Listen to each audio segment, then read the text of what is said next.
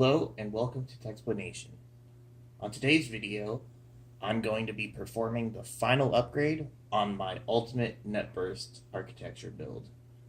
The Netburst architecture was the architecture that Intel used in the Pentium 4 and the Pentium D, and it has a reputation for running high clock speeds but also very hot, and they actually reverted back more towards the Pentium 3 architecture with the successor, the Core 2.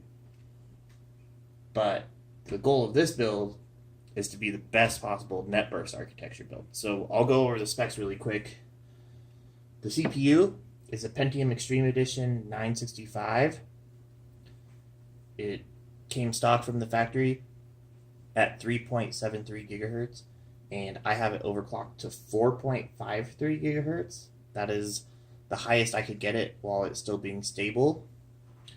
I have it cooled with a Scythe Mugen 2 CPU cooler, and it's running in an Asus P5Q motherboard, which is an Intel P45 chipset, which was the final socket 775 chipset that Intel produced.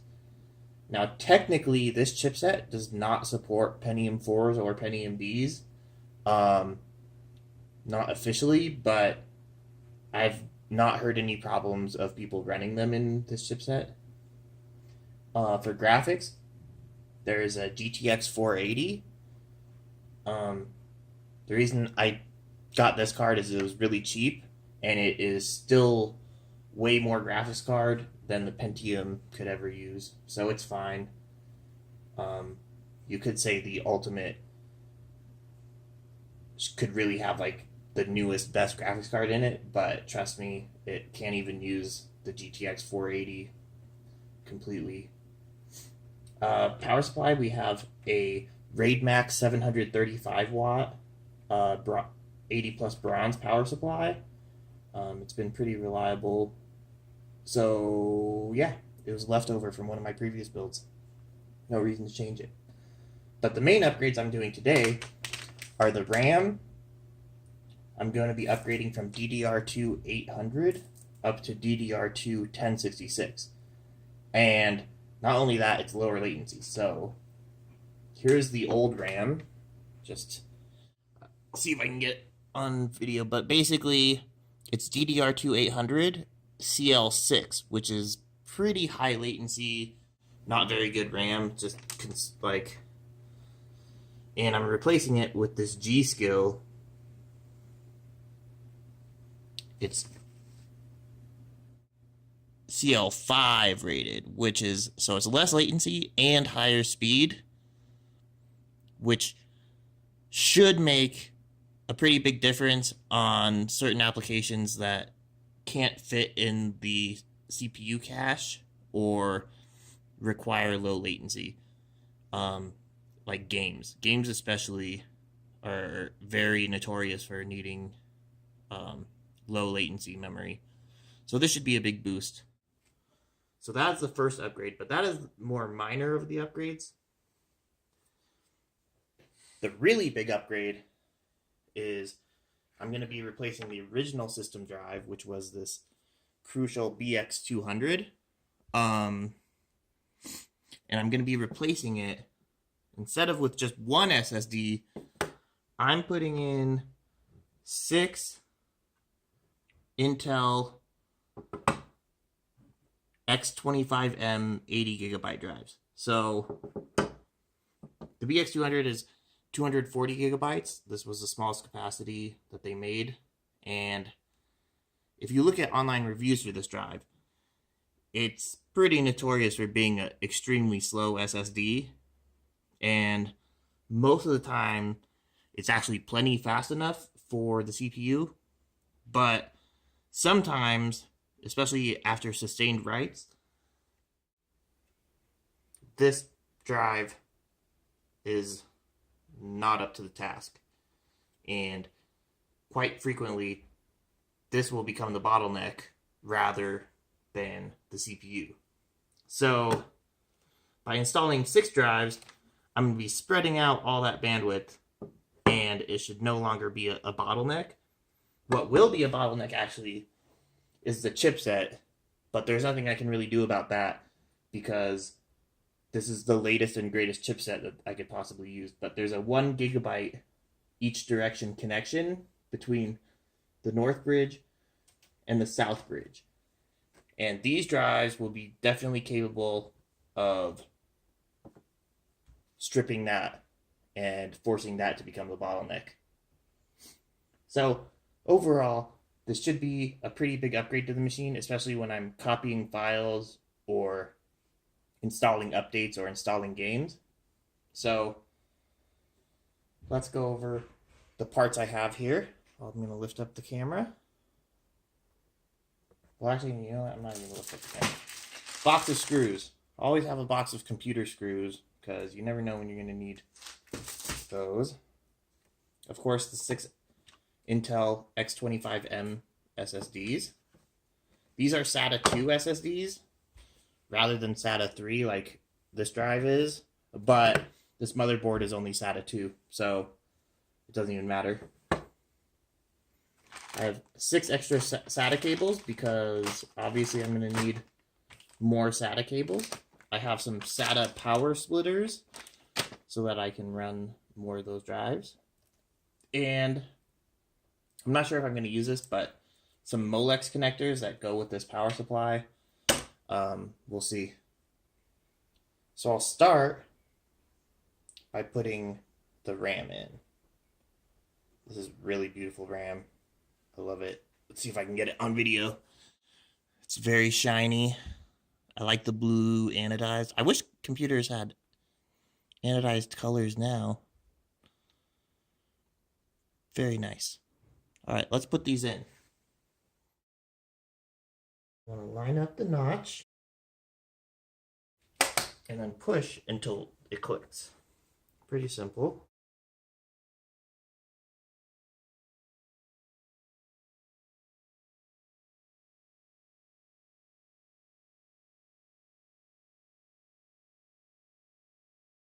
All right, that's the easy part.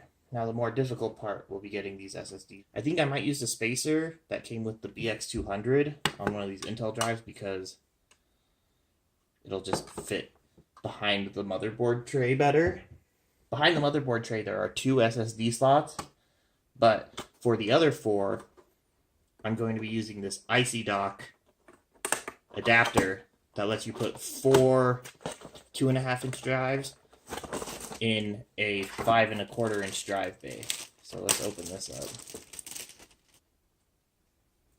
Oh wow, cool. Oh, this works really well. So you just take the drive, make sure the SATA ports are on the end, and you just slide it in there, and then when it gets in, it'll click, and this little clip holds the drive in so it won't come out. And they actually feel pretty secure. I'm not sure if I would trust this with a hard drive, like a mechanical hard drive, but for an SSD, that's definitely more than secure enough. So I'll put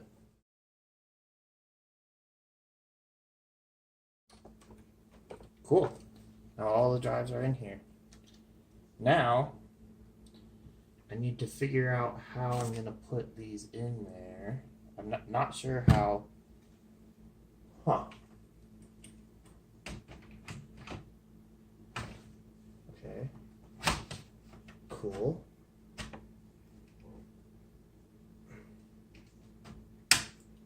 Oh, look at it, it just popped in like that, it looks like.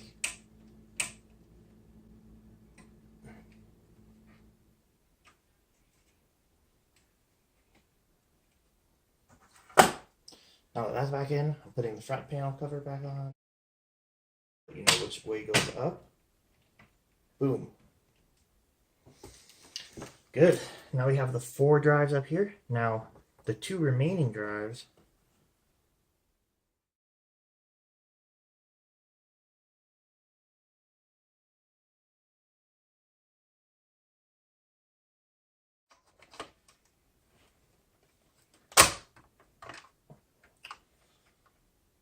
put it in there like that. Take the second drive, do the same thing.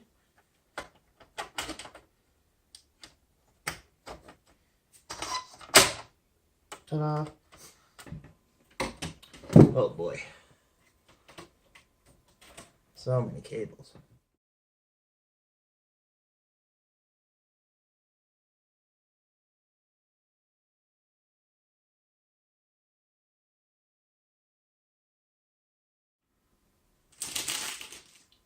Alright, the assembly step is done.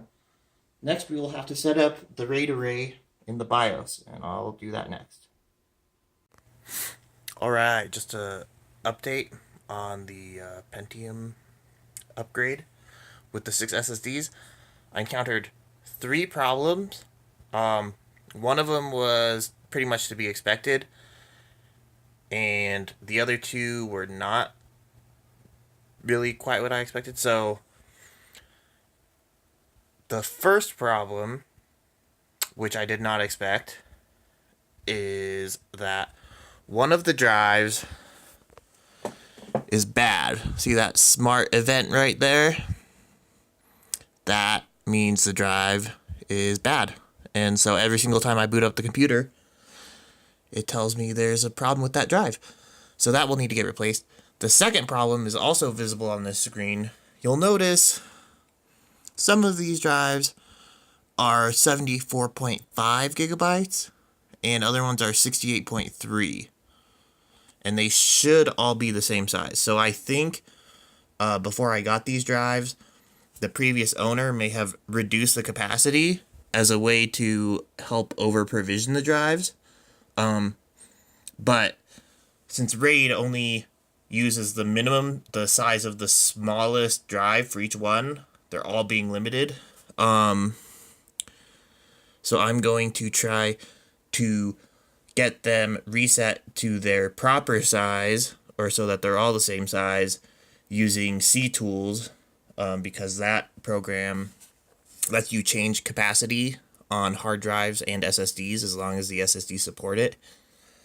I'm not sure if Intel SSDs do support that, but hopefully they do. And then the third problem, and the one that I did expect, which I'm not going to show here, is that this motherboard is too old to support trim inside Windows when it's in RAID mode. And I have heard rumors on the internet and forum posts that it is possible to mod the BIOS so that it does support trim in RAID mode. And that'll be really important because trim for SSDs is really important to help maximize their endurance and their performance. And without that, the SSDs really have no way of knowing what space is empty and what space is full. So I'm going to want to get that working. So I've never modded a motherboard BIOS before, but this should be fun. So stay tuned. I will try to cover all that. See ya. Alright, I'm about to mod my Asus P5Q BIOS so that it should support trim in RAID. I would like to thank winraid.com, and there's the URL for providing this information. So basically, you download the appropriate ROM module, and they sit, and you kind of have to look up which one works for your computer. Luckily, there is a table also on the same site. Let's see, that shows all the motherboards and everything that it works with. Well, that they've proven to work with. It should work with more. But the Asus P5Q is supported according to user xflyboy using 10.1.0.101.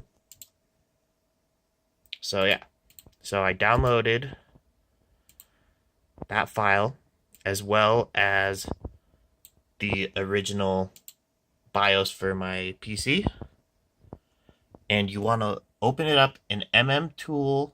Open up the original BIOS file in mmtool 3.26, and then it'll, once you load the ROM, it will fill in all these. And what you want to do is look for the one that has the run location 8086-2822. So this 8086 tells you that the vendor ID is Intel. And the 2822 is that it's a SATA controller.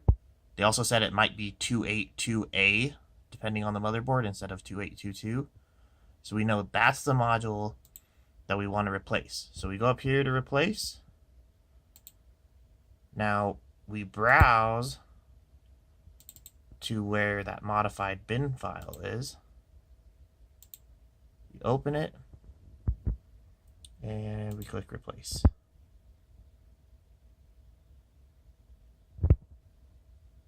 Cool. And now we will save it as, I guess I'll just save it as mod for now. Cool. So if we go in here, there it is, the modified file. So hopefully we can just flash this into our computer.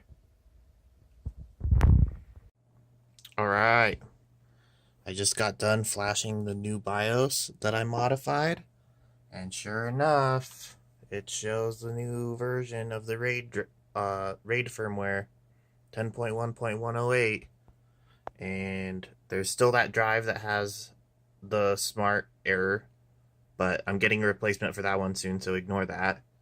Wow, that is my first BIOS mod, and it actually worked first try. I'm pretty happy with myself. It took me a few hours to read through all the forum posts and try to figure out what I was doing, but once they advised what to look for, it was actually pretty easy. So let's go back in. This will be my first time trying to boot Windows, and we'll check if it supports trim, because it should, theoretically. And see, smart error, dumb thing. So I have to press F1 every time I turn this computer on.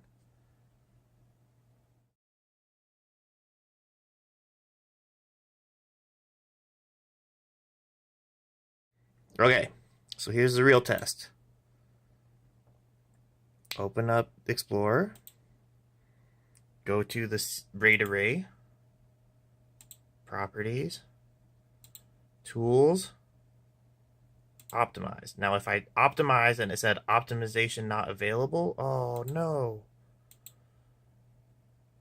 No, why not? Alright, just an update. So, silly me, when I modded the BIOS originally, I accidentally put in the stock Intel firmware module for RAID, which doesn't support trim. And so I went back to that forum and grabbed the modified file, because apparently I can't read. And now I reflashed the BIOS with the modified module that someone did, and it supports trim now. Look at that. My RAID array with a freaking P45 chipset is actually trimming. Wow. I mean, that's not amazing, but it's cool because these motherboards didn't originally support trim in RAID. You had to do single SSD only. So that's great.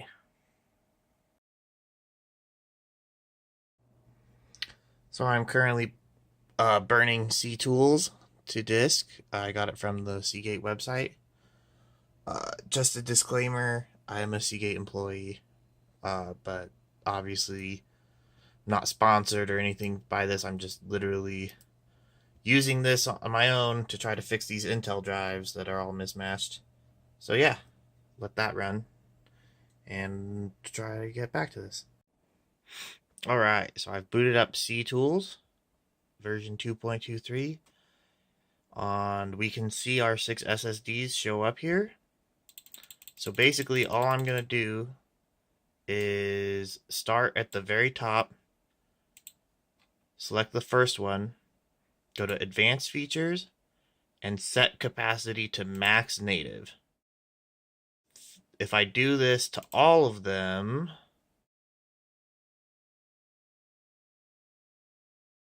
they should all be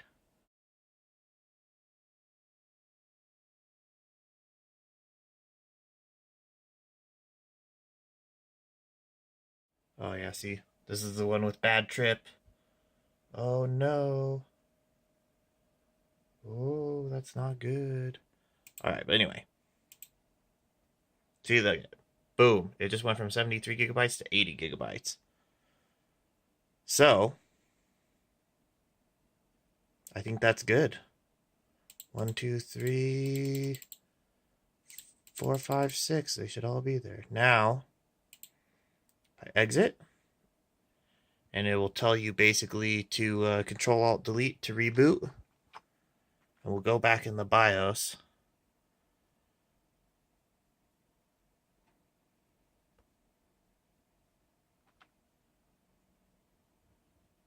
Oh geez, come on, don't go out of focus. Why is my camera so bad at focusing? Well, if you could read it, they're all the same capacity now, which is sweet. There we go. So yeah, used C-Tools to fix the incorrect capacity problem. Now, I just have to wait for my replacement drive with the bad smart to get here, and I will be good to go.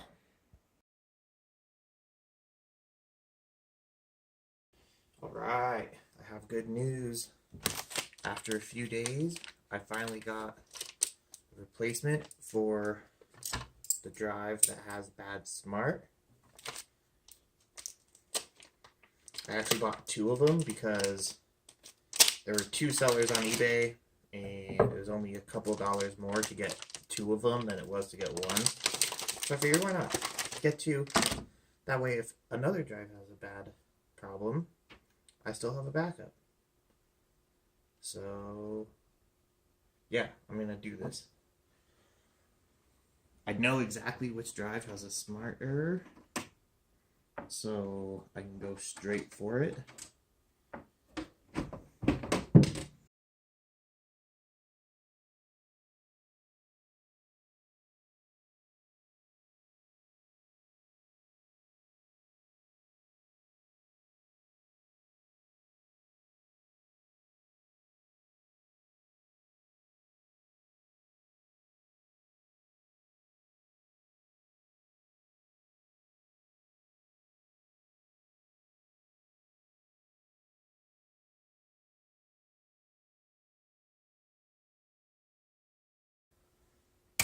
There we go.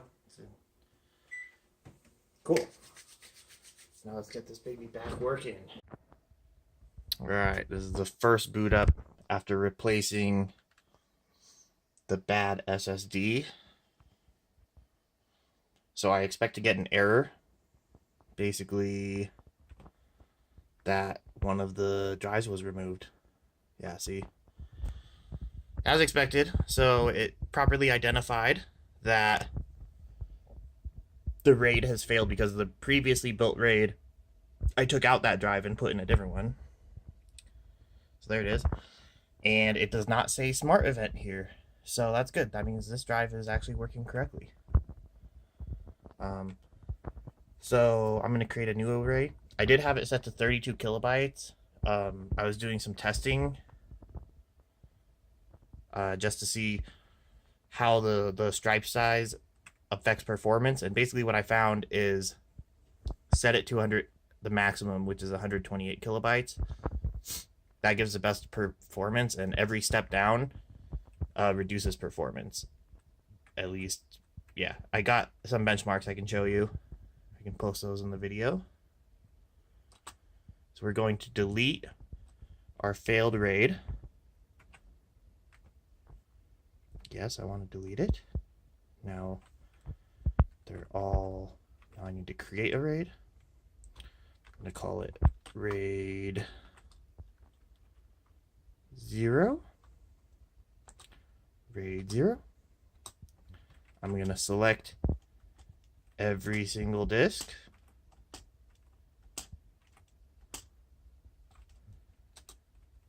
And then strip size.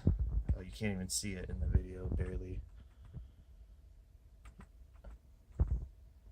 Good job, Intel. Where's the contrast? There we go. I don't know. Set to 128 kilobytes, which is the max it can do.